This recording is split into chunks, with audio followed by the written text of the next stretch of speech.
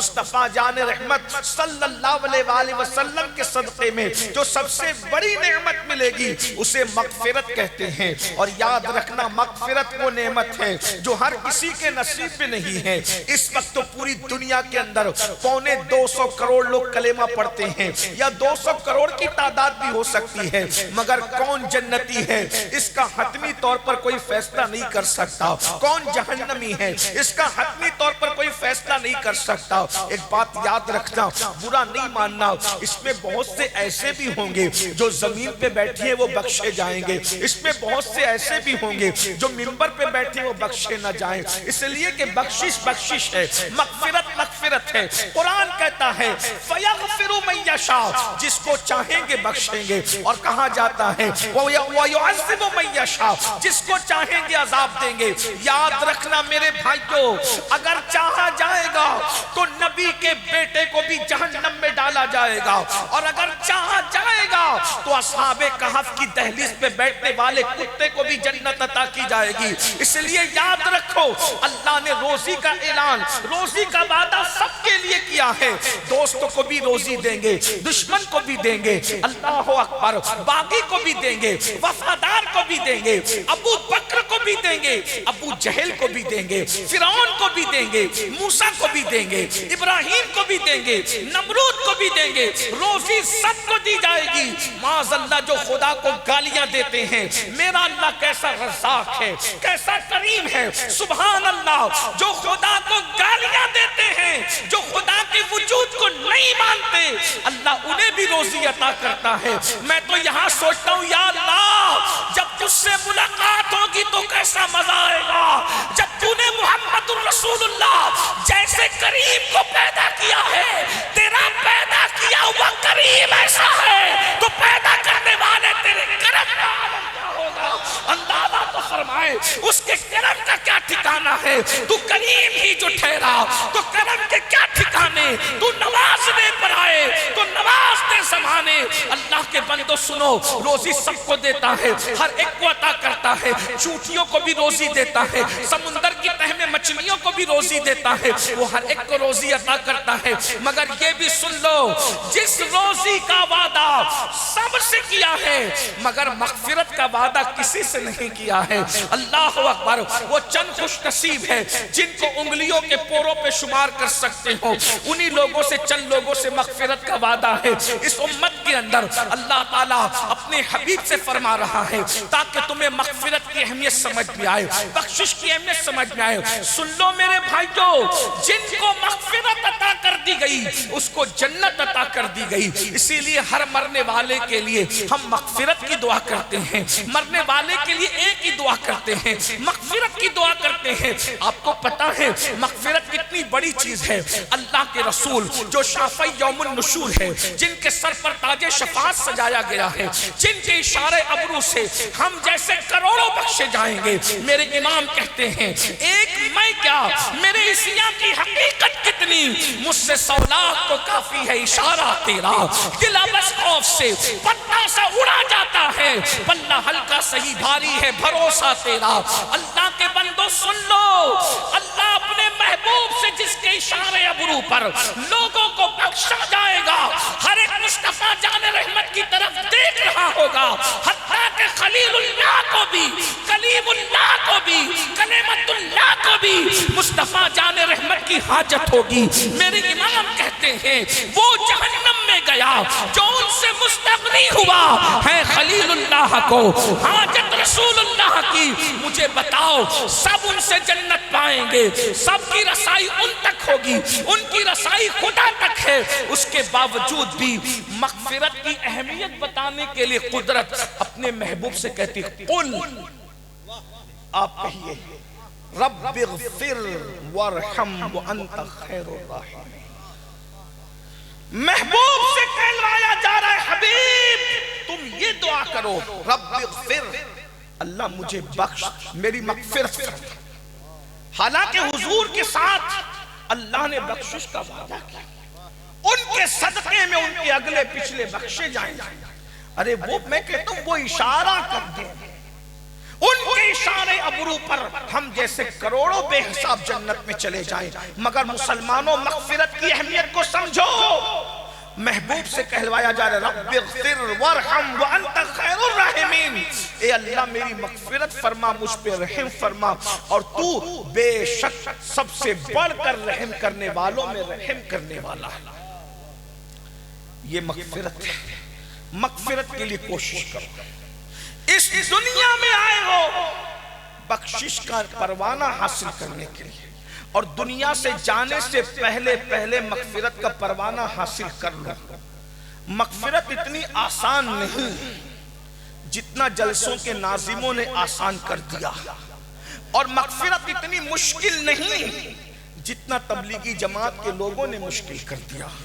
دونوں کے درمیان ہے، وہ تو نہایت سستا سودا بیچ رہے ہیں جنت کا، ہم مفلس کیا مول چکائیں، اپنا ہاتھ ہی خالی ہے۔ مغفرت کا آسان ذریعہ کیا ہے، اسی پہ گفتگو کرتا ہوں۔ ایک مرتبہ اللہ کے رسول صلی اللہ علیہ وآلہ وسلم خطبہ دینے کے لیے منبر پر تشریف لے جا رہے ہیں۔ غور سے سننا، اسی ایک روایت پہ میری بات پوری ہوگی۔ اللہ کے رسول صلی اللہ علیہ وآلہ وسلم خطبہ دینے کے لیے منبر پہ تشریف لے جا رہے ہیں۔ پہلے زینے پہ قدم رکھا، فرمایا آمین۔ دوسرے زینے پہ قدم رکھا، فرمایا آمین۔ تیسرے زینے پہ قدم رکھا، فرمایا آمین۔ اور اس کے بعد حضور علیہ السلام کو جب آمین کہتے ہوئے صحابہ نے سنا، حیران ہو گئے، مگر وہ جانتے تھے کہ جو حضور دیکھتے ہیں وہ ہم نہیں دیکھ سکتے۔ جب اللہ کے رسول صلی اللہ علیہ وآلہ وسلم نے خطبہ مکمل فرمایا تو عرض کی یا رسول اللہ صلی اللہ علیہ وآلہ وسلم، آپ پر ہمارے ماں باپ قربان، حضور یہ بتائیں کہ آپ نے 3 مرتبہ الگ الگ زینے پر آمین کیوں فرمایا؟ تو اللہ کے رسول صلی اللہ علیہ وآلہ وسلم فرماتے ہیں کہ ابھی میرے پاس منبر پر چڑھتے ہوئے سید الملائکہ جبریل امین علیہ الصلوۃ والتسلیم حاضر ہوئے تھے، اور انہوں نے 3 دعائیں کی، تو میں نے تینوں دعاؤں کو جو ہے وہ ان کی دعا پر آمین کہا۔ میں نے جب پہلے زینے پہ قدم رکھا تو دعا کی، دوسرے زینے پہ قدم رکھا تو دعا کی، تیسرے زینے پہ قدم رکھا تو دعا کی۔ اب آئیے میں آپ کے سامنے ترتیب کو ملحوظ نہ رکھتے ہوئے بطور مفہوم جو ہے اس دعا کا خلاصہ پیش کرتا ہوں۔ انہوں نے عرض کی اللہ جو ماہ رمضان شریف پائے اور پانے کے بعد اس میں عبادت کر کے اپنی بخشش نہ کروا لے، اپنی مغفرت نہ کروا لے، تو اس کو اپنی رحمت سے دور فرما دے۔ پتا چلا اللہ کے رسول علیہ الصلوۃ والتسلیم منبر پہ جا رہے ہیں۔ یوں تو ہم جب منبر پہ جاتے ہیں، ایک عام امام منبر پہ جاتا ہے، اس وقت تو دعا کی قبولیت کا وقت ہوتا ہے، مگر امام الانبیاء منبر پہ جا رہے ہیں، آبروئے منبر پہ جا رہے ہیں، آبروئے منبر پہ تشریف لے جا رہے ہیں، اللہ اکبر، جان ایمان منبر پہ تشریف لے جا رہے ہیں۔ ہر منبر کی آبرو جس کے قدم ناز سے وابستہ ہیں وہ منبر پہ تشریف لے جا رہے ہیں۔ سید الایام ہے، جمعہ دنوں کا سردار ہے، وقتوں کا سردار ہے، اماموں کا سردار ہے، فرشتوں کا سردار ہے، فرشتوں کا سردار دعا کر رہا ہے، اے اللہ جو ماہ رمضان المبارک پائے اور اس میں عبادت کر کے محنت کر کے اپنی بخشش نہ کروا لے تو اس کو اپنی رحمت سے دور فرما دے۔ اس وقت میرے آقا نے آمین فرمایا۔ اب میں آگے بڑھنے سے پہلے عرض کروں گا، چند دنوں کے بعد وہ موسم بہار آنے والا ہے جس کو ماہ رمضان شریف کہتے ہیں۔ آج کل ہمارے نوجوان جلسوں میں آتے تو ہیں مگر عبادت کی طرف توجہ نہیں ہے۔ میرے بھائیوں، ماہ رمضان المبارک آنے والا ہے، عبادتوں کا مہینہ آنے والا ہے، مواسات کا مہینہ آنے والا ہے، جس کا پہلا عشرہ رحمت ہے، جس کا دوسرا عشرہ مغفرت ہے، جس کا تیسرا عشرہ جہنم سے آزادی ہے۔ آپ کیا سمجھتے ہیں رمضان المبارک کو؟ رمضان شریف میں اپنی زبان میں کہوں ہول سیل میں مغفرت ہوتی ہے، ہول سیل میں بخشش ہوتی ہے، یعنی کہ اتنی بڑی تعداد میں مغفرت ہوتی ہے کہ کوئی مومن بچتا نہیں ہے۔ اللہ کے سچے رسول صادق و مصدوق مصطفیٰ جان رحمت فرماتے ہیں جب ماہ رمضان شریف کی پہلی رات آتی ہے تو اس وقت اللہ تعالیٰ رحمت کی ہوا چلاتا ہے، رحمت کی ہوا چلتی ہے، اور اللہ تبارک و تعالیٰ اپنی شان کے مطابق اپنے بندوں کو رحمت کی نظر سے دیکھتا ہے۔ جس پر رحمت کی نظر پڑ جاتی ہے اللہ تبارک و تعالیٰ اس اس کی مغفرت فرما دیتا ہے، اس کی بخشش فرما دیتا ہے۔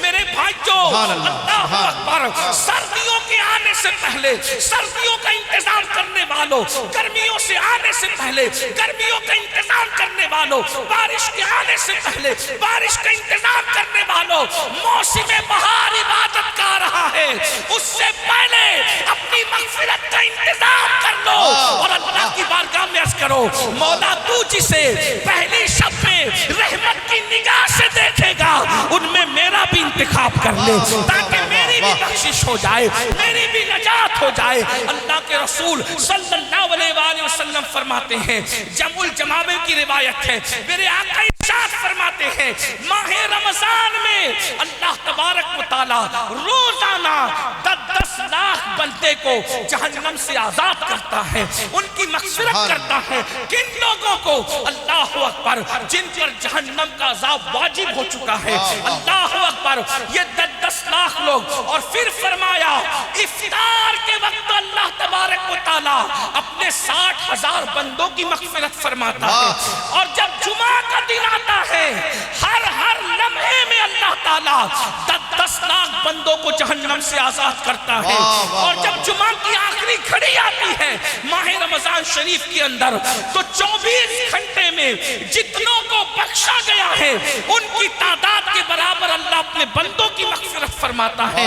میری قوم کے جوانوں، ماہ رمضان شریف کو کرکٹ کا مہینہ نہ بناؤ۔ رات بھر لوگ کرکٹ کھیلتے ہیں اور دن بھر سوتے پڑے رہتے ہیں، یہ مغفرت کا مہینہ ہے۔ اب تو لوگ جو ہے سیریل دیکھتے ہیں، اب تو لوگ موبائل میں گیم کھیلتے ہیں۔ روزہ رکھو، اللہ کے رسول صلی اللہ علیہ وآلہ وسلم فرماتے ہیں، ماہ رمضان کا ایک روزہ اگر کوئی جان بوجھ کے چھوڑ دے، پوری زندگی روزہ رکھتا رہے، ماہ رمضان کے ایک روزے کے برابر نہیں ہو سکتا۔ اور فرمایا عام دنوں کے 1000 روزے اس سے افضل ماہ رمضان کا ایک روزہ ہے۔ اور میرے آقا روزے کی فضیلت بیان کرتے ہیں، ہر عبادت کا صلہ نیکی ہے یا جنت ہے۔ نماز پڑھو نیکی ملے گی یا جنت ملے گی، عبادت کرو نیکی ملے گی یا جنت ملے گی، حج کرو نیکی ملے گی جنت ملے گی، قربانی دو نیکی ملے گی جنت ملے گی، صدقہ دو نیکی ملے گی جنت ملے گی، ماں باپ کی خدمت کرو نیکی ملے گی جنت ملے گی۔ مگر روزہ کیا ہے؟ میرے آقا فرماتے ہیں، اللہ فرماتا ہے روزہ میرے لیے ہے اور میں ہی اس کی جزا ہوں، یعنی روزے دار کو خدا مل جائے گا۔ آقا ارشاد فرماتے ہیں روزے دار کو 2 خوشیاں نصیب ہوتی ہیں، ایک افطار کے وقت ہوتی ہے اور دوسرا لقاء رحمان کے وقت ہوتی ہے۔ یعنی روزے داروں کو اللہ کے دیدار کا شربت پلایا جائے گا۔ افطار کے وقت تو تم ٹھنڈے ٹھنڈے شربت پیتے ہو، مگر رب رحمان کے دیدار کا جب شربت پلایا جائے گا اس وقت کیسے مزے آئیں گے۔ ارے اندازہ تو کرو، جب اس کا محبوب اتنا خوبصورت ہے تو ایسے محبوب کو بنانے والے خدا کے حسن نعرہ تکبیر، نعرہ تکبیر، نعرہ رسالت، حضور سید امیر القادری صاحب قبلہ۔ خدا کا دیدار کرو گے، اپنے مولا کا دیدار کرو گے۔ اور ایک بات میں عرض کروں، قربان جائیں، اللہ اکبر، خدا کے حسن کا عالم کیا ہوگا، کیا مزے آئیں گے۔ صحابہ نے کہا آقا ہم اپنے اللہ کو کیسے دیکھیں گے؟ میرے آقا فرماتے ہیں جیسے تم چاند کو دیکھتے ہو ویسے تم اپنے خدا کا دیدار کرو گے۔ اللہ اکبر، اس لیے روزہ رکھو۔ کچھ لوگ بہانہ کرتے ہیں، مولانا کام پہ جانا ہوتا ہے، ڈیوٹی پہ جانا ہوتا ہے، یہ کرنا ہوتا ہے، وہ کرنا ہوتا ہے، اس لیے میں روزہ نہیں رکھ پاتا۔ بہانہ نہ کرو، روزہ رکھ کر کے دیکھو۔ ایک بات میں آپ کو بتاؤں، میرے آقا فرماتے ہیں روزہ رکھو اور صحت مند ہو جاؤ۔ اگر علامہ روح الامین صاحب کو اور موقع ملتا تو وہ نماز پہ آئے تھے، روزے پر بھی آتے۔ آج کل لوگ بہانہ کرتے ہیں کہ میں آپ کو بتاؤں، آج پوری دنیا کے حکیم اور ڈاکٹر صحت کے لیے فاسٹنگ پر زور دے رہے ہیں۔ فاسٹنگ کرو، فاسٹنگ کرو، وزن کم کرنا ہے تو فاسٹنگ کرو، بیماریوں سے بچنا ہے تو یہ لوگ آج فاسٹنگ کی بات کر رہے ہیں۔ اللہ کے رسول صلی اللہ علیہ وآلہ وسلم نے 1450 سال پہلے فرمایا روزہ رکھو صحت مند ہو جائے۔ آج ہم لوگ جو ہیں کھا کر مریض ہیں اور ہمارے اسلاف بھوکے رہ کر صحت مند تھے۔ بے شک بے شک۔ آج 60-70 سال کی عمر میں لوگ قبرستان میں چلے جاتے مر جاتے ہیں کھا کھا کر، اور ہمارے اسلاف روزے سے رہتے تھے اور 90 سال تک 100 سال تک ان کی عمریں کتنی لمبی لمبی ہوتی تھی۔ سرکار بدیع الدین زندہ شاہ مدار کی عمر کے بارے میں دیکھیے، سینکڑوں سال کی عمر ہوئی، شاہ منور الہ آبادی کی عمر سینکڑوں سال کی ہوئی۔ اسی طریقے سے ہمارے اسلاف عمر دراز ہوتے تھے۔ اگر عمر میں درازی چاہتے ہو تو روزوں کو لازم پکڑو، اور میں تو آپ کو ایک مشورہ دیتا ہوں، صحت مند رہنا ہے تو رمضان شریف کے روزوں کے علاوہ مہینے کے 3 روزے بھی اپنے اوپر لازم کرو۔ ایام 20 کے روزے، 13، 14 اور 15 چاند کی تاریخ کے روزے، اللہ کے رسول اس کو سفر میں بھی ترک نہیں کرتے تھے۔ آپ یہ روزوں کو لازم کر کے دیکھیں، اس کی برکت آپ کو ملے گی۔ اللہ کے رسول صلی اللہ علیہ وآلہ وسلم فرماتے ہیں ایام 20 کے روزے رکھنے والوں کے چہرے قیامت کے دن ایسے چمکیں گے جیسے 14ویں رات کا چاند چمکتا ہے۔ میرے بھائیوں، رمضان شریف آ رہا ہے، رمضان شریف کا فائدہ اٹھا لو۔ اور آپ کو پتا ہے اللہ تعالیٰ، ابھی آپ نے علماء سے سنا ہوگا شب برات میں اللہ کہتا ہے مجھ سے روزی مانگو، مجھ سے دعائیں کر لو، مجھ سے مغفرت۔ یہ شب برات ایک شب برات نہیں، اللہ کے رسول علیہ السلام فرماتے رمضان شریف کی ہر رات میں غروب آفتاب سے لے کر طلوع صبح صادق تک اللہ اپنے بندوں پر خاص تجلی کرتا ہے۔ واہ سبحان اللہ، آسمان دنیا پر نزول اجلال کرتا ہے جیسا کہ اس کی شان ہے، بے شک، وہ آنے جانے سے پاک ہے، وہ خاص تجلی فرماتا ہے رمضان شریف کی ہر رات میں، اور وہ کہتا ہے میرے بندو مجھ سے مغفرت مانگ لو میں تمہیں مغفرت عطا کروں، مجھ سے روزی مانگ لو میں تمہیں روزی عطا کروں، مجھ سے رزق مانگ لو میں تمہیں رزق عطا کروں، مجھ سے اولاد مانگ لو میں تمہیں اولاد عطا کروں، مجھ سے دعائیں مانگ لو تاکہ میں تمہاری دعائیں قبول کر لوں۔ او سال بھر پریشان رہنے والوں، کبھی تعویذ کے چکر میں، کبھی وظیفوں کے چکر میں، کبھی اس کا در، کبھی اس کا در، کبھی اس کا در، اے میری قوم کے جوانوں، اگر اپنی پھوٹی تقدیر سنوارنا ہے، اگر اپنی بگڑی تقدیر سنوارنا ہے، اپنا سویا ہوا مقدر سنوارنا ہے، اللہ کے رسول کے ذریعے اعلان کرایا جا رہا ہے میرے بندوں مجھ سے دعا کر لو میں تمہاری دعا کو قبول کروں گا۔ ارے ذرا گڑ گڑا کر کے دیکھ لو، روزی رمضان شریف میں مانگ کر دیکھ لو، سال بھر تک کشادگی نہ ہو تو پھر ہمارا دامن پکڑنا، کیونکہ ہمیں اپنے نبی کی زبان پر یقین ہے۔ اللہ اکبر۔ لیکن افسوس کی بات یہ ہے رمضان شریف کی راتوں میں جاگتے ہو تو ہو لیکن عبادت نہیں کرتے، گڑ گڑاتے نہیں، بلکہ آج کل تو ایسا ہو گیا افطار اور سحری کے موقع پر رمضان کے پروگرام کے نام پر پڑوسی ملکوں نے اتنی باتیں پھیلائی ہے کہ جو عین دعا اور عبادت کا وقت ہوتا ہے لوگ ٹی وی کا منہ پکڑ کے بیٹھ جاتے ہیں۔ بتائیے، میں مذہبی پروگرام دیکھنے کا مخالف نہیں ہوں، لیکن جو عبادت کا وقت ہے تم ٹی وی کا منہ پکڑ کے بیٹھتے ہو، موبائل کا منہ پکڑ کے بیٹھتے ہو۔ ارے افطار اور سحری کے وقت جب روزے دار دعا کرتے ہیں تو اللہ کے 70,000 فرشتے تمہاری دعاؤں پر آمین کہنے کے لیے اترتے ہیں۔ تم کتنے مقدس ہو جاتے ہو جب روزہ رکھتے ہو۔ آؤ نا اپنے خدا کے قریب ہو جائیں، آؤ مغفرت کا پروانہ حاصل کریں۔ اپنی گفتگو کو سمیٹتے ہوئے پھر میرے آقا فرماتے ہیں دوسرے زینے پر جب میں نے قدم رکھا تو جبریل نے دعا کی، اے اللہ تیرے محبوب کا جب نام لیا جائے کسی محفل میں اور اس وقت جو تیرے حبیب پہ درود نہ پڑھے تو اس کو بھی اپنی رحمت سے دور کر دے، وہ بھی تیری رحمت سے محروم ہو جائے۔ آج محفلوں میں بار بار تقریروں میں نام لیا جاتا ہے، توجہ کرنا، میں تو دیکھتا ہوں کہ بعض دیندار لوگ بھی حضور کا نام لیے جانے پر درود نہیں پڑھتے، جب کہ کوئی حضور کہے تو آپ کو صلی اللہ علیہ وآلہ وسلم کہنا چاہیے، بار بار کہو، ہر بار کہو۔ حضور علیہ علیہ السلام کوئی سرکار حضور کی طرف نسبت کر کے کہے تم کہو صلی اللہ علیہ وسلم، حضور کہے تم کہو صلی اللہ علیہ وسلم، شرماؤ مت، اس لیے کہ درود وہ عمل ہے، ہر عمل کے مردود ہونے کا خطرہ ہے، مگر درود کبھی مردود نہیں ہے، درود ہمیشہ مقبول ہے۔ بزرگوں نے فرمایا جس عبادت کے راستے جاؤ گے خطرہ ہے کہ رد کر دیا جائے، مگر درود کے دروازوں سے جاؤ گے تو اللہ تعالیٰ تمہیں قبولیت کا شرف عطا کر دے گا۔ اس لیے درود کو لازم پکڑو، اور محفلوں میں تو نعرہ لگانے میں سب کی آواز نکلتی ہے لیکن درود پڑھنے میں آواز نہیں نکلتی۔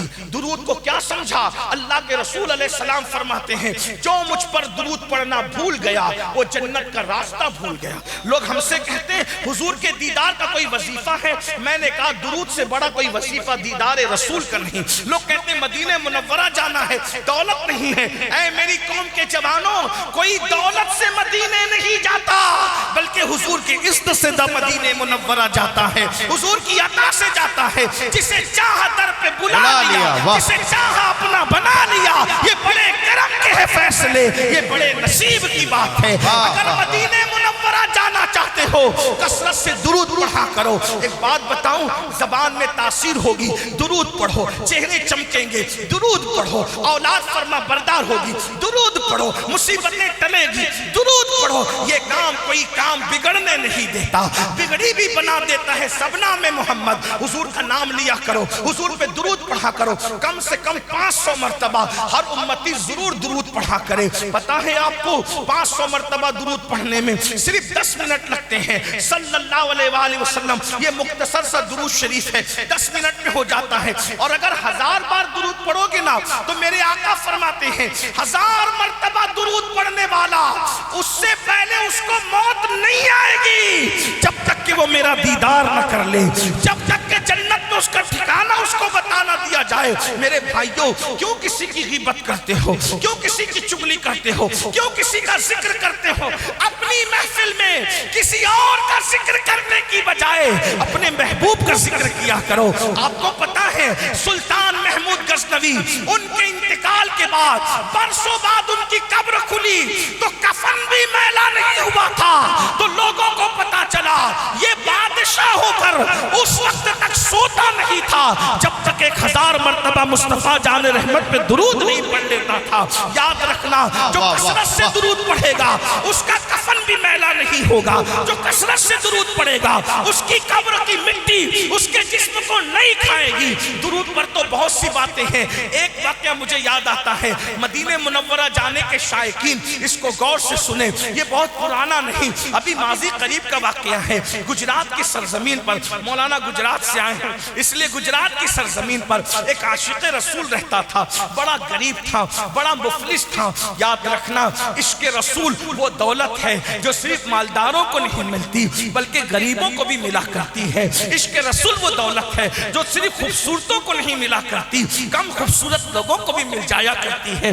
عشق رسول وہ دولت ہے جو صرف پڑھے لکھے لوگوں کو نہیں ملتی، ان پڑھ لوگوں کو بھی مل جایا کرتی ہے۔ ایک بات اور عرض کر دوں، عشق رسول صرف متقی لوگوں کو ملا نہیں کرتی بلکہ عشق رسول وہ دولت ہے کبھی کم متقی لوگوں کو بھی مل جاتی ہے۔ اور یاد رکھنا، جسے عشق مصطفیٰ مل گیا اسے خیر کثیر مل گیا۔ عشق سے بڑی دنیا کی کوئی دولت ہے ہی نہیں، بلکہ یہ سن لیں، جو عاشق رسول بن جاتا ہے وہ فرشتوں کے آگے نکل جاتا ہے۔ جہاں فرشتوں کی حد پرواز ختم ہو جاتی ہے، کبھی کبھی عاشق اس کے آگے نکل جاتا ہے۔ یہ تو اپنا اپنا ہے حوصلہ، یہ تو اپنی اپنی اڑان ہے، کوئی تھک کے رہ گیا بام تک، کوئی کشا سے گزر گیا۔ حضور پہ درود پڑھا کرو۔ وہ سنگ تراش تھا، سنگ تراش سمجھتے ہو یعنی پتھر تراشنے والا۔ درود شریف کی کتاب ہے جس کا نام دلائل الخیرات ہے، اس کو پوری دلائل الخیرات زبانی یاد تھی۔ وہ درود پڑھتا تھا، اور کیسے؟ جب بھی کوئی کام شروع کرتا تھا تو پہلے دلائل الخیرات کا ایک چیپٹر، ایک سبق، ایک باب، اس کو 7 حصوں میں تقسیم کیا گیا ہے۔ بعض صوفیہ نے اس کو 8 حصوں میں، بعض نے اس کو 7 حصوں میں، بہت خوبصورت سیگے اس میں درود شریف کے۔ اللہ والے اکثر اس کو ورد میں رکھتے ہیں۔ میں اپنے بزرگوں سے گزارش کروں گا، حالانکہ میں ان کا چھوٹا بھائی، ان کا نالین بردار ہوں. علماء سے کہتا ہوں بہت مصروف رہتے ہیں، ہو سکے تو دلائل الخیرات شریف کو اپنے اوپر لازم کر لو. صرف 10 منٹ لگتے ہیں ایک چیپٹر پڑھنے میں، اور جب آپ پڑھنے کے عادی ہو جاتے ہیں تو کبھی 6 اور 7 منٹ میں بھی نپٹ جاتا ہے. درود شریف کی کتاب دلائل الخیرات کو اپنے وظیفہ، اس کتاب کو پڑھنے والے ولی بن گئے. بہت بڑی چیز ہے یہ، بہت بڑی چیز. میرے بھائی جس درود کو پڑھنے سے شہد کی مکھیاں کڑوے کسیلے پھولوں کو شہد میں تبدیل کر دیتی، اس درود کی برکت سے ہمارا کون سا مسئلہ حل نہیں ہو سکتا. حضور سے اپنے رشتے کو مضبوط کرنا ہے تو درود پڑھو، درود درود درود پر. بلکہ شیخ محقق عبدالحق محدث دہلوی کہتے ہیں درود کے رنگ میں اتنا رنگ جاؤ کہ سوتے رہو تو بھی تمہارا دل درود پڑھتا رہے. درود کے فضائل کبھی ختم نہیں ہو سکتے. بے شک بے شک. درود پھر درود ہے، درود صرف درود ہے. ایک بار درود کی طرف آ کر کے دیکھو، درود شریف پڑھ کر دیکھو. تو وہ سنگ تراش تھا، پتھر تراشنے سے پہلے روزانہ ہر ایک چیپٹر، دوسرا پتھر تراشنا، دوسرا چیپٹر پڑھا، دوسرا باب پڑھا، تیسرا پتھر تراش، وہ پڑھتا رہتا تھا، پتھر تراشتا ہے. اور اس کو جب درود پڑھتا ہے نا تو آدمی حضور یاد آتا ہے. اور جب حضور یاد آتے ہیں، حضور کب یاد آتے ہیں؟ میں اکثر کہتا ہوں پہلے وہ ہمیں یاد کرتے ہیں پھر وہ ہمیں یاد آتے ہیں. سلی گڑی والوں وہ تو ہمیں ہمیشہ یاد ہی کرتے ہیں. یہ تو اور بات ہے کہ ہم انہیں بھول گئے. جو نہ بھولا ہم فقیروں کو رضا، یاد اس کی اپنی عادت کیجیے. حضور کو یاد کرتے رہو. پھر دیکھو نصیبہ کیسے چمکتا ہے. کیا ہوا؟ رو رہا ہے، حضور کی یاد میں رو رہا. اور حضور کے عشق میں رونے سے بڑی بھی کوئی عبادت نہیں ہے. بہرحال روتے روتے آنکھ لگی تو کیا دیکھا؟ ایک تخت بچھا ہے. اللہ کے رسول اس کے خواب میں تشریف لائے اور اس سے کہتے ہیں اے نوجوان، میرے گنبد کا کنگرہ ٹوٹ گیا ہے، تم آؤ اور آ کر اس کو تعمیر کرو. یہ دیوانہ جیسے یہ حضور کی طرف سے دعوت سنتا ہے خواب میں آنکھ کھل جاتی ہے اور پورا گھر خوشبو سے معطر تھا. دیوانے نے آؤ دیکھا نہ تاؤ دیکھا، جھولا اٹھایا، اٹھا کر کندھے پہ ڈالا، بندرگاہ کی طرف چل پڑا. نہ ٹکٹ ہے نہ پیسے ہیں، اس زمانے میں ویزا اور پاسپورٹ کا سسٹم نہیں تھا. اللہ اکبر. وہ نکلا تو کیا دیکھا؟ ایک جہاز ہے جو جدہ کی طرف جا رہا ہے، مگر ملاح کے لاکھ کوشش کرنے پر وہ جہاز آگے بڑھنے کو تیار نہیں ہے. اللہ اللہ، اندازہ تو فرمائے میرے نبی کے اختیار پھر اختیار ہے. ارے جو ہواؤں کو روک دے، جو چاند کے ٹکڑے کر دے، سو سورج کو پلٹا دے، اس کے لیے جہاز کو روکنا کون سی بڑی بات ہے. اللہ اللہ، میرے نبی کے اختیار کا عالم تو یہ ہے جہاں میں ان کی چلتی ہے وہ دم میں کیا سے کیا کر دے. جہاں میں ان کی چلتی ہے وہ دم میں کیا سے کیا کر دے.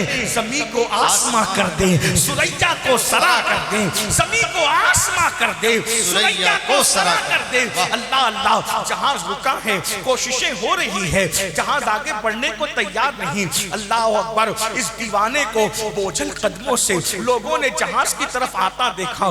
ملاح نے کہا کہ کوئی نورانی صورت والا ایک اللہ کا فقیر معلوم ہوتا ہے، اسی لیے شاید جہاز نہیں چل رہا ہے. اس سے پوچھا کدھر کا ارادہ ہے؟ اس نے کہا مدینے جانا ہے. جہاز جدہ جا رہا تھا، اس نے کہا مدینے جانا ہے. عاشقوں کی طبیعت یہی ہے، کعبے کا نام تک نہ لیا، طیبہ ہی کہا. جس نے کہا تھا مجھ سے کہ نہضت کدھر کی ہے، اس کے طفیل حج بھی خدا نے کرا دیے. اصل مراد حاضری اس پاک در کی ہے. مدینے جانا ہے، مدینے جانا ہے. آؤ بیٹھو. جیسے ہی جہاز کے اندر اس عاشق کو بٹھایا، تھوڑی سی حرکت پر جہاز چلنے لگا. اب ذرا توجہ کرنا، عاشق سر جھکا کر بیٹھا ہے.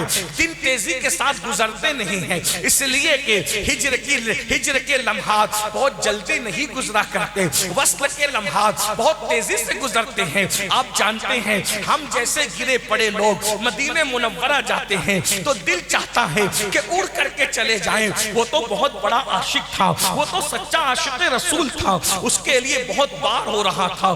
بہرحال جدہ کے قریب جب جہاز پہنچا, اس کو خیال آیا سب کو اس کے معلم لینے آئیں گے, میرا تو کوئی معلم ہی نہیں ہے, مجھے کون لینے آئے گا. لیکن جیسے ہی جہاز سے اتر رہے تھے حیرت ہوئی کہ مدینہ منورہ کے گورنر, مدینہ منورہ کے خلیفہ وہاں پر موجود ہیں, اور ہر آنے والے سے پوچھتے ہیں گجرات سے سنگ تراش تم ہو, گجرات کے سنگ تراش تم ہو, گجرات کے. سب لوگ بڑھتے جاتے ہیں. آخر یہ جھولا لے کر پھٹے پرانے کپڑے پر اللہ اکبر, اللہ کا فقیر عاشق رسول درود پڑھتے نکلا. تو کہا تم سنگ تراش ہو, گجرات سے آنے والو. ہاں میں ہی ہوں, لیکن تمہیں کیسے پتا کہ میں سنگ تراش گجرات سے آنے والا ہوں. اللہ اکبر. اور تم کون ہو؟ انہوں نے کہا میں شریف مدینہ ہوں, مدینہ منورہ کا گورنر ہوں. مدینہ کا گورنر میرے لیے پوچھ رہا ہے, آخر تمہیں پتا کیسے چلا کہ میں گجرات کا سنگ تراش ہوں؟ کہا سنو, خواب میں مصطفیٰ جان رحمت تشریف لائے تھے اور میرے آقا نے فرمایا شریف مدینہ اگر مجھے اپنا مہمان بنانا چاہتے ہو تو میرا ایک عاشق سنگ تراش گجرات سے آ رہا ہے, اس کی خدمت کرنا گویا تم نے میرے نعرہ تکبیر مہمان بنانا, مجھے اپنا مہمان بنا لیا. اللہ اکبر. عاشق سوچ رو پڑا, میں تو سوچ رہا تھا مجھے جدہ سے کون لے جائے گا, مگر وارے مصطفیٰ جان رحمت تمہاری مہمانی پر قربان, تمہاری شان میزبانی پر قربان. وقت کے تاجدار کو ایک فقیر کے لیے ساحل سمندر پہ کھڑا کر دیا, اور اس کے بعد شریف مدینہ پورے ٹھاٹ باٹ کے ساتھ اس عاشق رسول کو مدینہ منورہ لے جاتا ہے. یہ کھا لے, یہ کر لے, وہ کر لے, کچھ نہیں, میں جس کام کے لیے آیا ہوں اسی کام سے مجھے جانا ہے. کیا کام سے آئے ہو؟ حضور نے فرمایا میرا کنگرا ٹوٹ گیا ہے, گنبد کا تمہیں تعمیر کرنا ہے. ارے کروڑوں امتیوں میں کنگرے کی تعمیر کے لیے نگاہ کس پہ پڑ رہی ہے؟ درود پڑھنے والے عاشق پہ پڑ رہی ہے, حضور کے ڈنکے بجانے والے عاشق پہ پڑ رہی ہے. اللہ اکبر. وہ پھر عاشق رسول غسل کرتا ہے, اپنے پھٹے پرانے کپڑے پہنتا ہے اور ساز و سامان لے کر گنبد کی طرف چڑھتا ہے.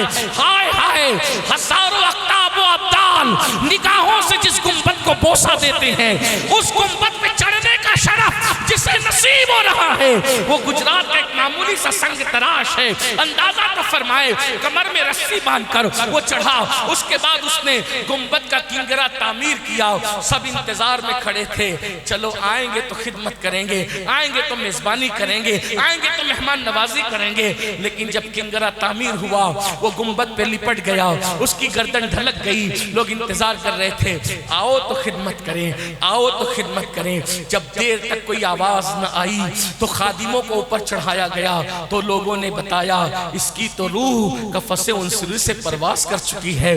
جب تیری یاد میں دنیا سے گیا ہے کوئی, جان لینے کو دلہن بن کے قضا آتی ہے. اس کی قسمت پہ فدا تخت شہید کی راحت, خاک طیبہ پہ جسے چین کی نیند آئی ہو. دیکھو درود نے اس کو کہاں پہنچا دیا. اس لیے جب بھی حضور کا ذکر ہو صلی اللہ علیہ وآلہ وسلم کہا کرو, حضور پہ درود پڑھا کرو.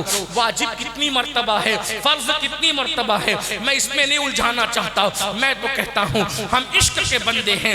جب جب یار کا نام لیا جائے تب تب حضور پہ درود پڑھا جائے, جب جب یار کا نام لیا جائے حضور پہ درود پڑھا جائے. تیسری اور آخری بات اللہ کے رسول فرماتے ہیں, جب میں تیسرے زینے پہ میں نے قدم رکھا تو جبریل نے کہا یا اللہ, جو اپنے ماں باپ میں سے کسی کو بڑھاپے میں پائیں, ایک کو یا دونوں کو, اور ان کی خدمت کر کے وہ اپنے اوپر جنت لازم نہ کر لیں تو ان کو بھی اپنی رحمت سے دور کر دیں.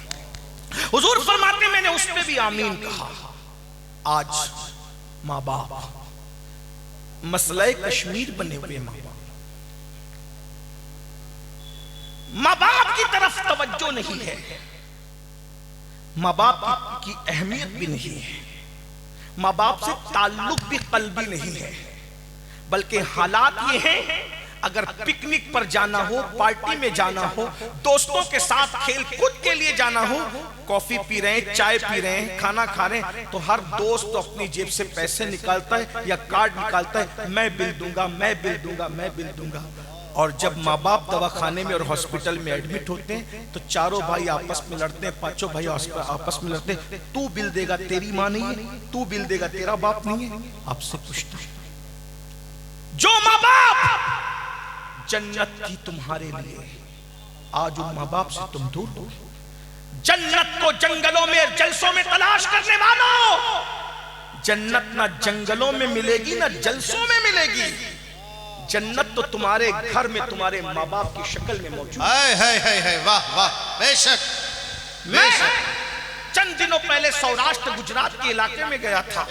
وہاں کے لوگ سیدوں سے بہت پیار کرتے ہیں. وہ بالکل بارڈر کا جو علاقہ ہے، باڑمیر وغیرہ کا علاقہ، کئی فٹ دور جوتے اور چپل اتار کر پھر سیدوں سے ملنے آتے ہیں اور بغیر نظر کے کوئی نہیں ملتا.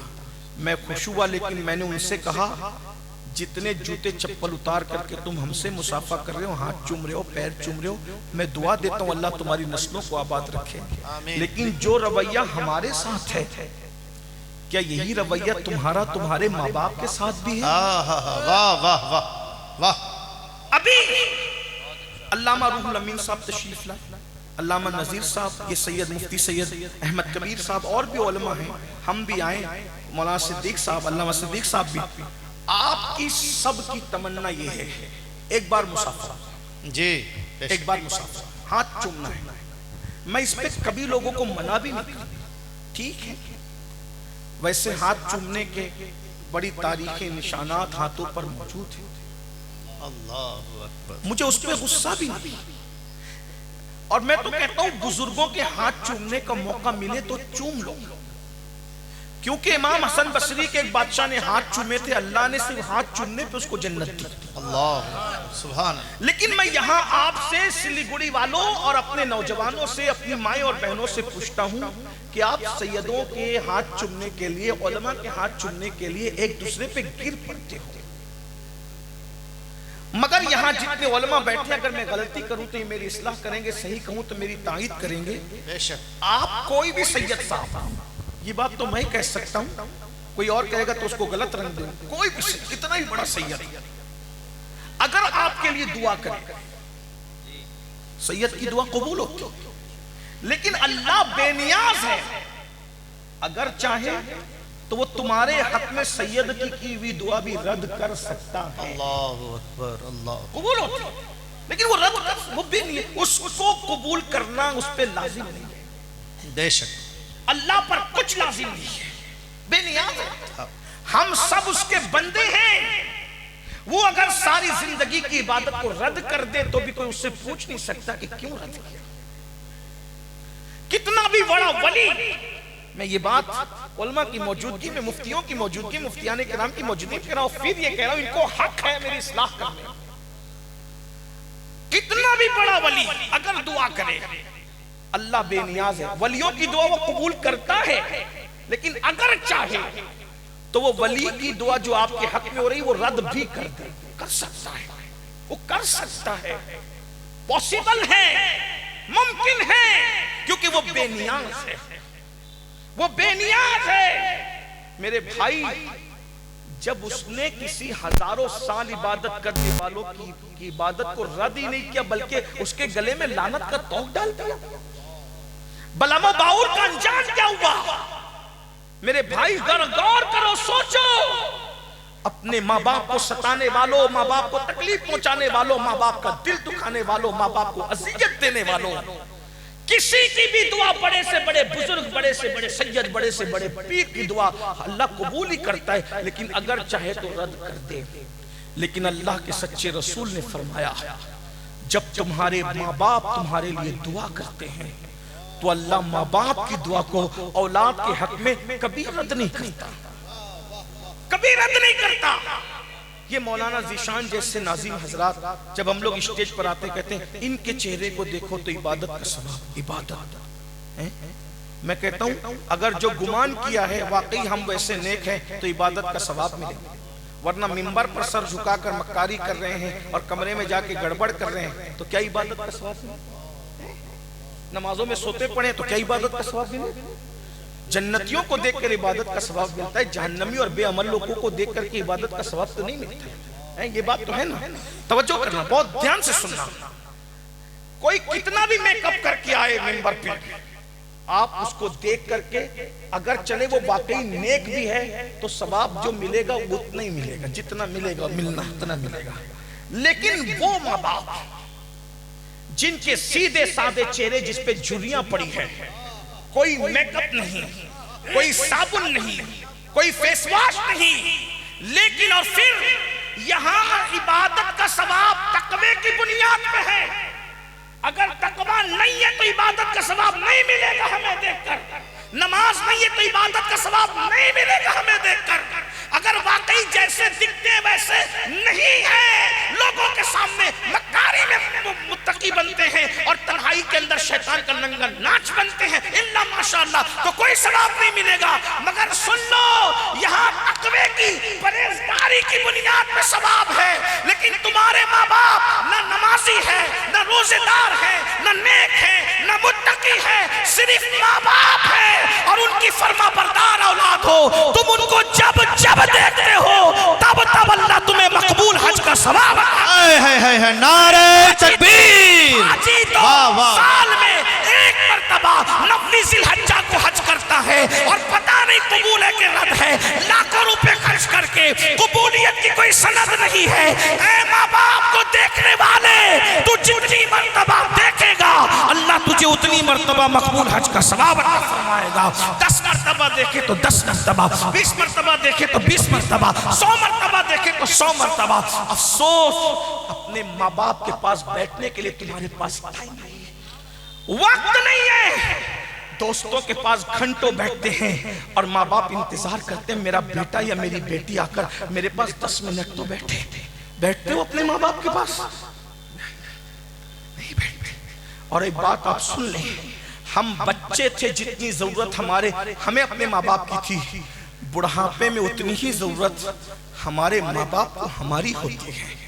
ماں باپ کو کچھ مت دو، صرف جا کے بیٹھ بھی جاؤ نا تو ان کا دل بڑا ہو جاتا ہے، ان کے ہاتھ چوم لو تو ان کا سینہ 56 کا ہو جاتا ہے۔ یہ سود خوروں کے سینے کیا 56 کے ہوں گے، یہ سینہ 56 کا ان کا ہوتا ہے۔ جو ماں باپ کے جب تم ہاتھ چومتے ہو، جب تم ان کی قدم بوسی کرتے ہو، اور ایک بات یہ بھی یاد رکھنا، آج کل کے نوجوان چھوکروں کو پتہ ہی نہیں ماں باپ کیا ہے۔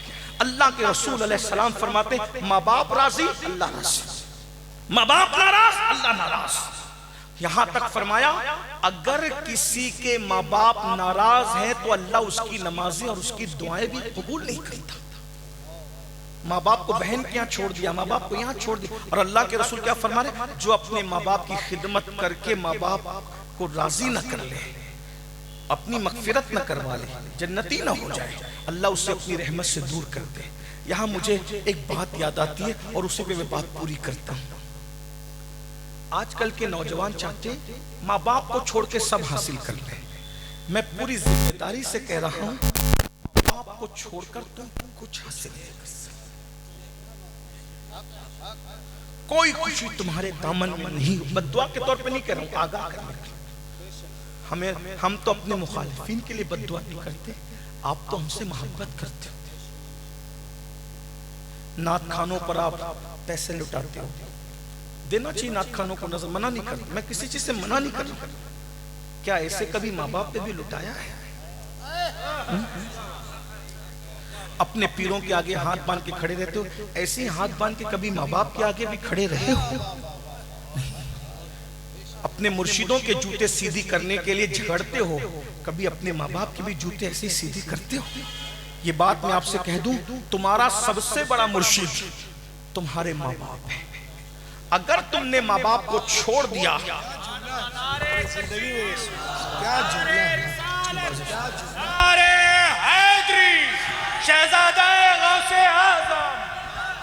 میرے بھائی اپنے ماں باپ کے تم جوتے کبھی سیدھے نہیں کرتے، اپنے ماں باپ پیروں کو بلاؤ گے تو دیسی کھینے میں دیسی گھی میں کھانا پکاؤ گے، پکاؤ، مجھے منع نہیں، میں منع نہیں کر رہا ہوں کسی چیز پہ، لوگ برا میں کیوں منع کروں گا، میں کہتا ہوں وہ بھی کرو، لیکن پہلے نمبر پہ تمہارا سب سے بڑا پیر تمہارے ماں باپ ہے۔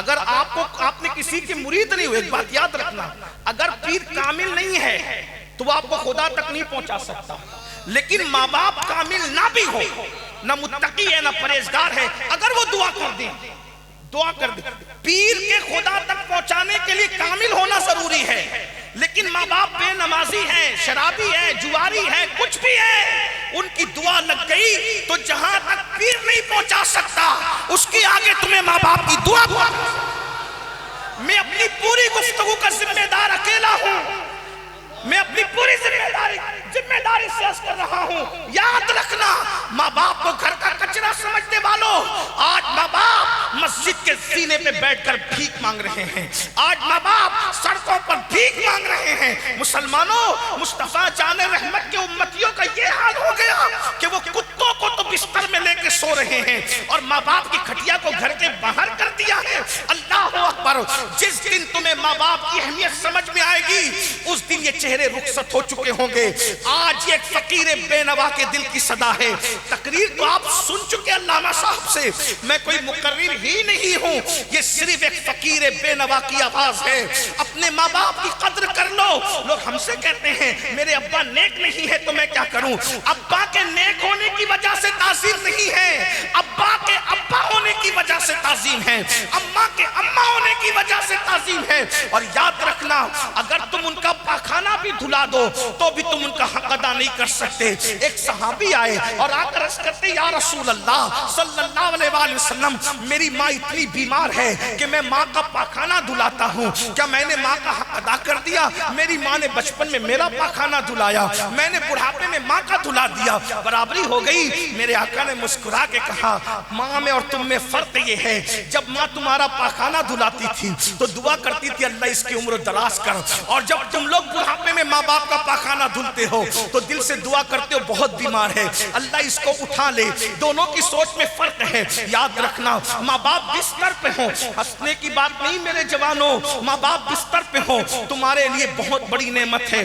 ان کی دعائیں ولایت کے مقام تک پہنچا سکتی ہے، ان کی دعائیں تمہاری مصیبتوں کو دور کر سکتی ہے۔ کہاں کہاں دھکے کھا رہے ہو، تعویذ سے قسمت بدلنا چاہتے ہو، یاد رکھنا سب سے بڑا تعویذ تمہارے گھر میں ہے۔ وہ جب ہاتھ اٹھا دے، اللہ کے رسول فرماتے ہیں پوری کائنات کسی کے لیے دعا کرے اور اکیلی ماں اس کے لیے بد دعا کرے، پوری کائنات کی دعا رد کر دی جائے گی، اکیلے ماں کی دعا قبول کر لی جائے گی۔ اور پوری کائنات دعا کرے، اکیلے ماں اس کے لیے بد دعا کرے، پوری کائنات کی دعا اللہ اکبر رد کر دی جائے گی، ماں کی بد دعا قبول کر لی جائے گی۔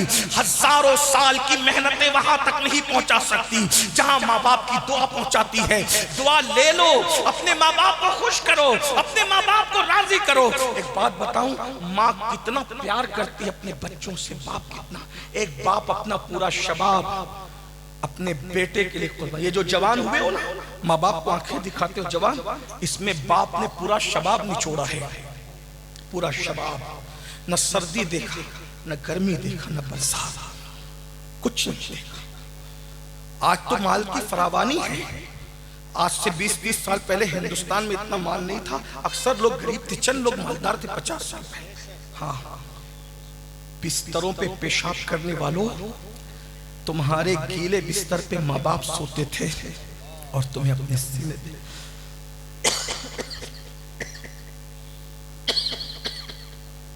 تمہیں اپنے سینے پہ سلاتے تھے۔ نیند تھک کے آتا تھا باپ محنت کر کے، اور آدھی رات کو جب تمہارا پیٹ درد کرتا تھا تم روتے تھے، باپ غصہ نہیں کرتا تھا، گود میں اٹھاتا تھا، تمہاری ماں کو دیتا تھا، دیکھو اس کو کیا ہو گیا۔ ماں دودھ پلاتی تھی پھر بھی چپ نہیں ہوتے تھے، ماں جانتی تھی کہ وہ تم اس کی بات نہیں سمجھتے، پھر بھی وہ منہ چوم کے کہتی تھی میرے لال تجھے کیا ہو گیا، بتانا تجھے کیا، بھول گئے؟ جو تمہیں ایک گلاس پانی پلاتا ہے، ایک گلاس پانی، تم اس کو تھینک یو کہتے ہو، شکریہ کہتے ہو۔ جس نے اپنے خون کو دودھ کی شکل میں 2 سال تک قطرہ قطرہ تمہارے وجود میں نچوڑا، ان کو تھینک یو کہنا بھول گئے؟ بتاؤ کہاں ہے؟ کس دنیا میں زندگی گزار رہے ہو؟ آج کہتے ہو رشتے نہیں آتے، ماں کی دعا سے خدا ملتا ہے، رشتہ کیا چیز ہے؟ خوش تو کر کے دیکھو اپنے ماں باپ کو، اپنے ماں باپ کو راضی تو کر کے دیکھو۔ اور میں نے دیکھا، یہ میرا تجربہ ہے، سب کو راضی کرنا مشکل ہے، اللہ رسول کو راضی کرنا اور ماں باپ کو راضی کرنا بہت آسان ہے، بہت آسان۔ ان کے قدم تو پکڑ کے دیکھو، ان کے پاس بیٹھو نا، ایک ماں کو ایسا لگتا ہے جیسے میں ملکہ بن گئی ہوں جب اس کا بیٹا اس کے گود میں سر رکھ کر تھوڑی دیر لیٹتا ہے۔ تمہیں بڑے بڑے القابات اچھے لگتے ہیں، سر حضرت قبلہ کعبہ، یاد رکھنا سارے القابات میں دکھاوا ہو سکتا ہے، سارے القابات ضرورت کے تحت ہو سکتے ہیں، لیکن ایک بات میں سچی کہوں، پورے ہندوستان بھر میں، ہندوستان کے باہر بھی لوگ پتہ نہیں کیا کیا کہتے ہیں، سب سن کر دل کو تسلی نہیں ہوتی، لیکن جب گھر جاتے ہیں ایک مرتبہ ماں بیٹا کہہ کے پکارتی ہے، سارے القابات کا حسن اس ایک لفظ بیٹا کے اندر سمٹ کر آ جاتا ہے۔ اور ایک بات یاد رکھنا، جس دن یہ بیٹا کہنے والی آواز نہ رہے گی، تم تلاش کرو، تم ڈھونڈو گے، تلاش کرو گے میرے عزیز، میرے بھائی، تم تلاش کرو گے، بلکہ اس وقت تو تم دعائیں کرو گے، کاش کہ امی خواب میں دکھتی تک نہیں، مگر پھر وہی چہرے قدر نعمت بعد زوال، جب یہ چہرے مٹی میں مل جائیں گے، کبھی خواب میں بھی نظر نہیں آئیں گے۔ آج ان کی قدر کر لیجیے، میں آپ کو خدا کا واسطہ دے کے کہتا ہوں، اور اپنی بات کو آخری حیثیت دیتے ہوئے عرض کرتا ہوں، مجھے نہیں پتا میری بات آپ کو کتنی پسند آئے گی یا نہیں، لیکن میری حیثیت آپ کے میزبان کی نہیں، آپ میرے مہمان نہیں، آپ میرے لیے مریض کی حیثیت رکھتے ہو۔ ڈاکٹر نہ مریض کی پسند کی دوا دیتا ہے، نہ اپنی پسند کی، وہ ضرورت کی دیتا ہے۔ میں بس آخری اتنی بات کہہ کر کے جا رہا ہوں، میرے جوانوں اچھی طرح یاد رکھنا، ایک وقت تو آئے گا تم اپنی ماں کو ضرور یاد کرو گے، تم اپنے باپ کو ضرور یاد کرو گے، ان کی محبتیں ہیں۔ اور یہ بھی سن لو، اللہ کے رسول علیہ السلام نے فرمایا کما تدین تدان،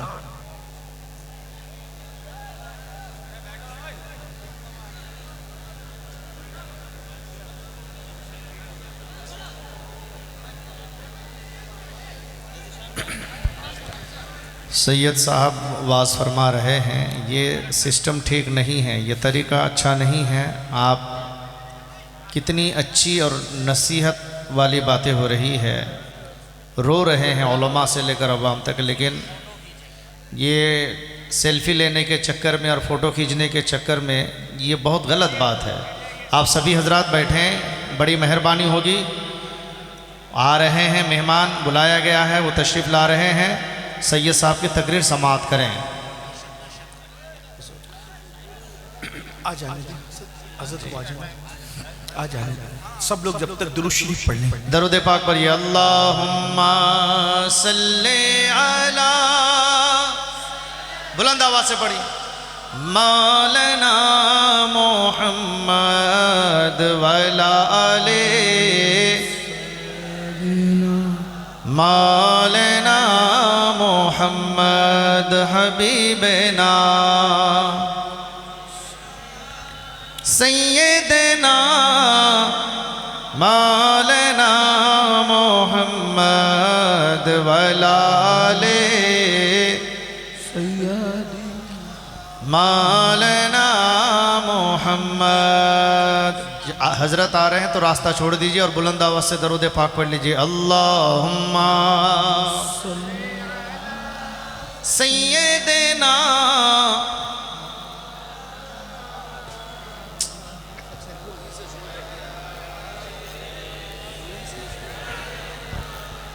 مولانا محمد حبیبنا،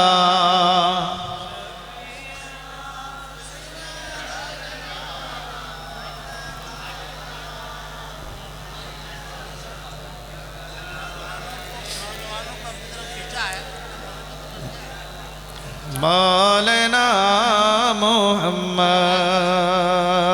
حضرات محترم، میں گزارش کر رہا ہوں کہ راستہ چھوڑ دیں۔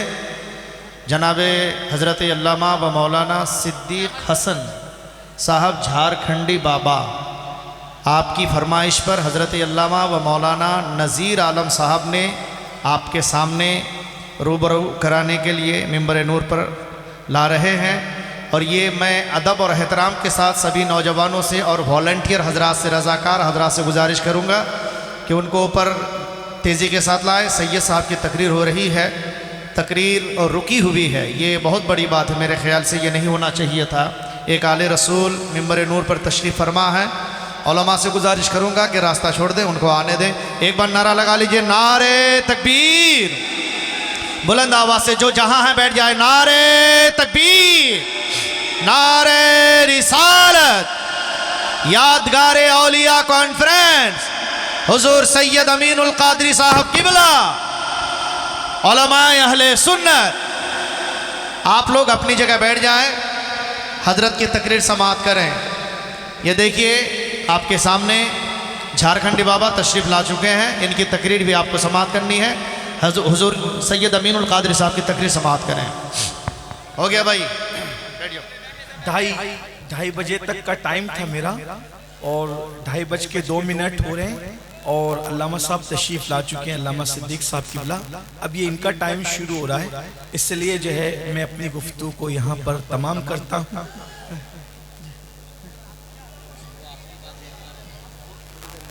اچھا، ایک بار سب درود شریف پڑھیں، رب درود شریف پڑھیں سب لوگ۔ اللہم صلی علی سیدنا مولانا محمد معدن الجود والکرم وآلہ وصحبہ وبارک وسلم، صلاۃ والسلام علیک یا سید۔ تو میں آخری بات کے طور پہ یہ عرض کر رہا تھا کہ یہ جو ہمارے ماں باپ ہیں، ان سے بڑا مرشد، یہ جہاں تک ان کی دعا بہت پاورفل دعا ہے، اور یہ نیک ہونے کی وجہ یہ حضور علیہ السلام نے فرمایا، حضور کی زبان سے نکلا ہے نا کہ ان کی دعا قبول ہے، تو وہ قبول ہے۔ پتھر پہ جو لکیر بنتی ہے نا، اس سے مضبوط، پتھر کی لکیر سے مضبوط مصطفیٰ جان رحمت کا قول ہے۔ جب انہوں نے کہہ دیا کہ ماں باپ کی دعا قبول ہے تو پھر قبول ہے، اور یہ ماں باپ ہم سے بہت پیار کرتے ہیں۔ میرے بھائی اتنا سمجھ لو کہ اللہ کے رسول علیہ السلام نے فرمایا کما تدین و تدان، تم جیسا کرو گے تمہارے ساتھ ویسا کیا جائے گا۔ اگر تم اپنے ماں باپ کا دل دکھاؤ گے تو تمہاری اولاد بھی تمہارا دل دکھائے گی، اگر تم ان کو تڑپاؤ گے تو تمہاری اولاد بھی تمہیں تڑپائے گی، اگر تم اپنے ماں باپ کو ترساؤ گے تو تمہاری اولاد بھی تمہیں ترسائے گی۔ بلکہ صرف صوفیہ تو یہاں تک فرماتے ہیں کہ ہر بندے کو مرنے کے بعد اس کے عمل پر عذاب دیا جاتا ہے، مگر ماں باپ کا گستاخ، بے ادب اور دل دکھانے والا دنیا ہی میں ذلیل ہو کے مرتا ہے۔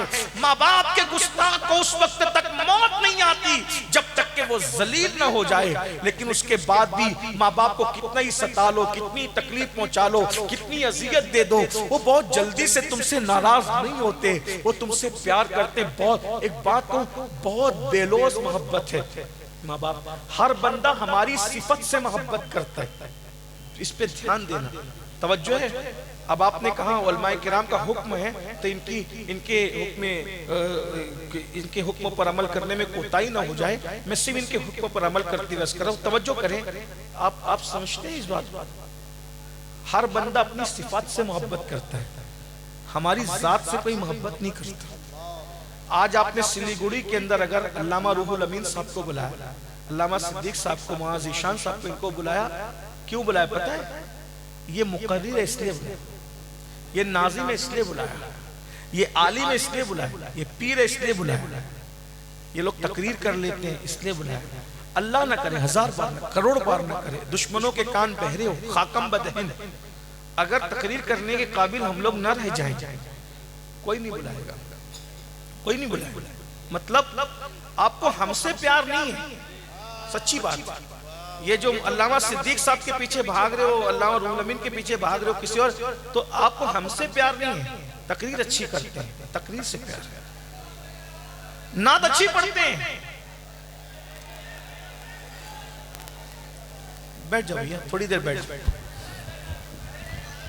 پیچھے لوگ دیکھ نہیں پا رہے ہیں، سامنے بیچ میں جو نوجوان ہیں برائے کرم بیٹھ جائیں، گفتگو اچھی ہو رہی ہے، سماعت کریں، بیٹھ جائیے، پیچھے والے دیکھ نہیں پا رہے ہیں جی، بہت اچھا، سبحان اللہ۔ تو سب ہماری صفات سے محبت کرتے ہیں، کوئی ہماری ذات سے محبت، ذات سے محبت صرف ماں باپ کرتے ہیں، بیوی بھی جو ہے نا ہماری ذات سے محبت نہیں کرتی، بیوی بھی، اس لیے وہ صفات سے، شوہر ہونا صفت ہے، جب تک شوہر ہے محبت ہے، اگر اللہ نہ کرے طلاق دے دے یا جدائی ہو جائے تو نفرتیں ہیں، یہ بات یاد رکھیں۔ زمین کے اوپر اور آسمان کے نیچے دو ہی ہستیاں ہیں جو ہماری ذات سے محبت کرتی ہے، صفات سے کوئی لینا دینا نہیں، ایک تو ہمارا رسول، ایک ہمارا نبی، ایک ہمارا نبی جو ہماری صفات سے نہیں، انہیں لینا دینا ہے نہیں اس پر کہ امین القادری نیک ہے کہ بد ہے، رب حبلی امتی، ہاں یہ کالا ہے کہ گورا ہے، اس کا نسب کیا ہے، کوئی لینا دینا نہیں، پڑھا لکھا ہے کہ ان پڑھ ہے، بلکہ وہاں تو بس امتی ہے، اس لیے پیار ہے، اور اتنا پیار ہے کہ سجدے میں سر ہے اور رب حبلی امتی کی صدا ہے، یہ محبوب ہے، ہمارے آقا ہیں، امتی سے پیار ہے، پاپی ہے تو امتی سے پیار، بلکہ اللہ پر اتنا پیار ہے کہ جب خدا کے قرب میں پہنچے تو اللہ نے کہا السلام علیکہ ایھا النبی، علماء موجود ہے، السلام علیکہ جواب یہ بنتا ہے، کیا بنتا ہے؟ السلام علیکہ والسلام علیہ، علیکہ کا جواب علیہ بنتا ہے، علینا نہیں بنتا، مگر رسول اللہ نے کیا کہا؟ الصلاۃ والسلام علینا وعلی عباد اللہ الصالحین، کہ ہم پر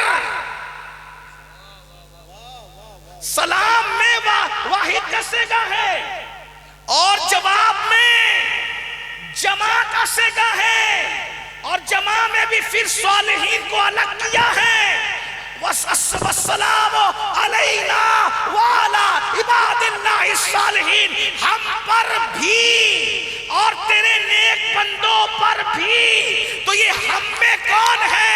اللہ اکبر، نیکوں کو الگ کیا کیونکہ وہ سلام کے قابل تھے، لیکن گنہگاروں کو اپنے ساتھ سمیٹ لیا کہ ان کے گناہ کی وجہ سے ان کو الگ نہ کر دینا، ان کو چھاٹ نہ دینا، محبوب کی وجہ سے ان مجرموں پر بھی سلام نازل فرما۔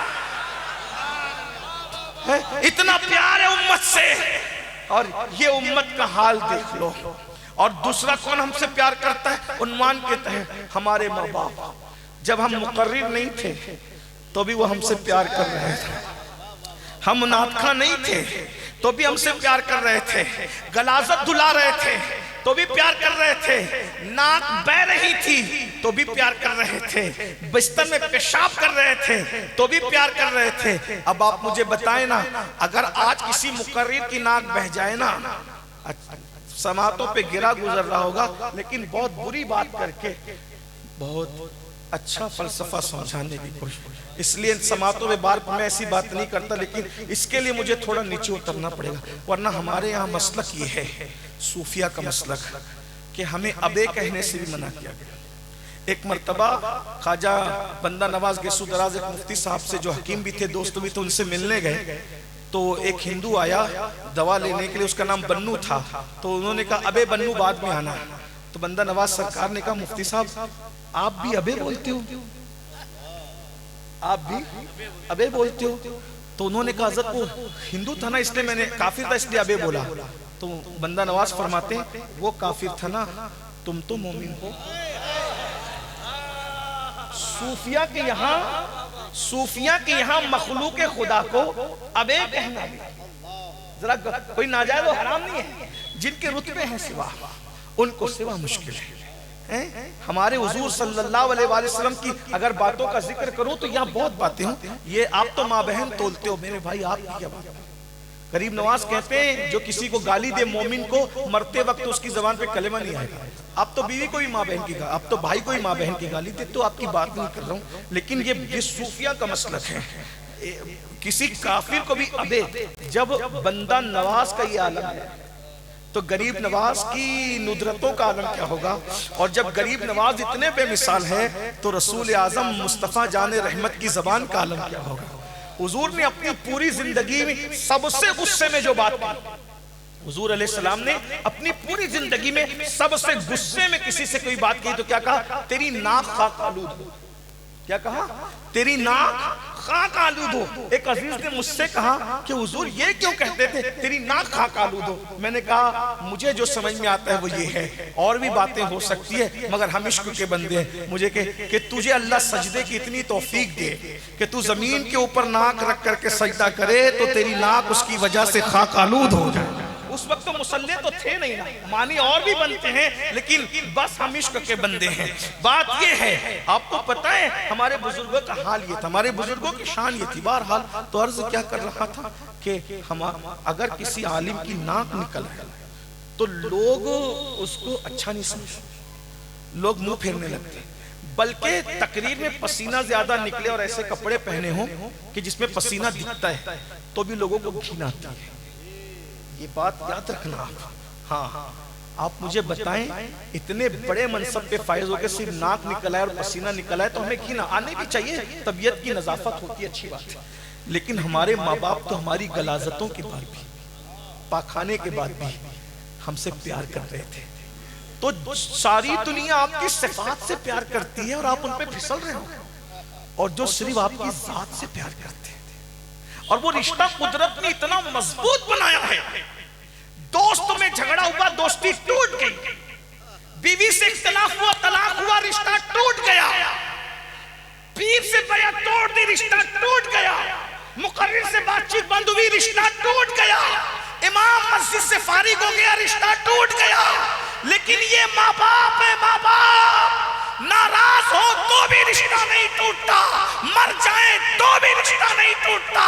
اگر کوئی کسی کے بارے میں وہ تیرا ارے وہ فلاں تھا نا، وہ عبد الرحمن تھا چلا گیا، امام صاحب کے بارے میں کچھ کہا، لیکن ماں باپ سے کتنے بھی ناراض ہو کیا کہیں گے؟ میرے ماں باپ ایسے، میرے ماں باپ، یعنی ماں باپ کا رشتہ ایسا ہے یہ ٹوٹ ہی نہیں سکتا، یہ بہت محبت کرتے ہیں۔ آخری بات جو کہہ رہا تھا اس کو سمجھ لیں پھر بات ختم ہوتی کہ آپ ماں باپ کو چھوڑ کر کچھ بھی کر لیں، آپ کو کوئی خوشی نہیں ملے گی، اللہ تک نہیں ملے گا آپ کو۔ بس اس سلسلے میں جو آخری بات درد دل کے طور پہ پہنچانا ہے اس کا ماحول بن گیا، میں انتظار اسی کا کر رہا تھا، آپ تھوڑا سا بے چین ہوئے تھے۔ سنیے، ہماری جماعت میں، ہمارے بزرگوں میں، صوفیہ میں ایک بہت بڑے بزرگ ہیں، سلطان العارفین حضرت سیدنا بایزید بسطامی رحمت اللہ علیہ۔ سن لیں اس پر، حضرت بایزید سید الطائفہ طاؤس العلماء حضرت جنید بغدادی فرماتے ہیں کہ ولیوں کی کائنات میں بایزید کو وہ مقام اللہ نے عطا کیا ہے جو فرشتوں کی کائنات میں اللہ نے جبریل علیہ السلام کو عطا فرمایا۔ ہمارے یہاں ولیوں کے صوفیہ نے مختلف طبقے بتائے، سیدی اعلیٰ حضرت امام اہل سنت نے 28 درجے بتائے ولایت کے، بعض لوگوں نے 100 بتائے، بعض نے 70 بتائے، جتنے بھی ہو سب نے اپنے اپنے تجربے کے حساب سے بتایا ہے نا۔ تو مگر اتنا ضرور ہے کہ کچھ منصب ہیں، ولایت میں ایک منزل آتی ہے، ولایت میں ایک منزل آتی ہے، اس کو مقام حضوری کہتے ہیں۔ ولایت میں ایک منزل آتی ہے، آپ اس کو شاید اس اصطلاح کو صوفیہ کی نہ سمجھ سکیں لیکن اس کو سمجھانے کے لیے اتنا سمجھ لیں کہ یہ جو مقام حضوری ہے صوفیہ کے نزدیک، اس میں بندہ جدھر نظر اٹھاتا ہے ادھر یار کا جلوہ اس کو نظر آتا ہے۔ بایزید بسطامی بچپن ہی میں ولی بن گئے تھے لیکن دل میں لالچ یہ تھی کہ مجھے مقام حضوری ملے، یعنی میں جدھر نظر کروں ادھر یار کا جلوہ نظر آئے۔ میرے امام نے بھی اس طرح اشارہ کیا ہے، جب فنا فی الرسول بندہ ہوتا ہے وہی جلوہ شہر بشہر ہے، وہی اصل عالم دیر ہے، وہی لیر ہے، وہی بیر ہے، وہی پاٹ ہے، وہی دھار ہے، انہی کی بو مایہ سمن ہے، انہی کا جلوہ چمن چمن ہے، انہی سے گلشن مہک رہے ہیں، انہی کی رنگت گلاب میں ہے، وہی ہے اول وہی ہے آخر، وہی ہے ظاہر وہی ہے باطن، اسی کے جلوے اسی سے ملنے، اسی سے اس کی طرف گئے تھے۔ مختلف مقام پر انہوں نے ذکر کیا ہے، جب بندہ فنائیت میں جاتا ہے تو کیا ہوتا ہے، تو وہ چاہتے تھے کہ مجھے مقام حضوری مل جائے، یعنی جدھر نظر کروں ادھر یار نظر آئے۔